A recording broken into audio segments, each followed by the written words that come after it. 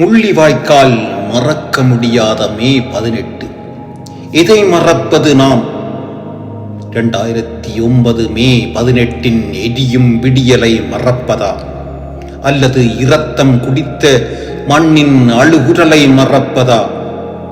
இசைப்பிரியாவை சீரழித்து கொன்ற அந்த மிருக மனிதத்தை மறப்பதா?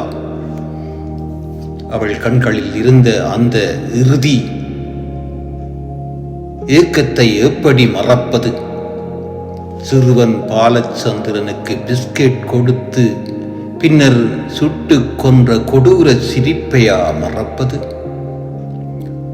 ஒரு குழந்தையின் மார்பில் படிந்த குண்டு துளிகள் இன்னும் தமிழனின் இதயத்தில் எரிகின்றன.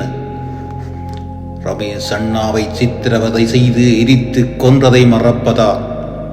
உங்கள் கைகளை எடுத்த புகைப்படங்களும் காணொளிகளும் உங்களின் கொடூரத்தை உலகுக்கு சாட்சியமாக்கின.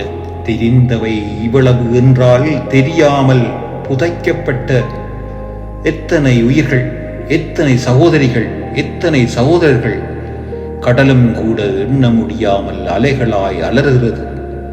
நாளை தொடர்பு எடுப்பேன், எடுக்கவில்லை என்றால் இல்லை என்று நினையுங்கள் என்று கூறி சென்ற அந்த இறுதி வார்த்தைகள் இன்றும் காதுகளில் கண்ணீராய் ஒலிக்கின்றன.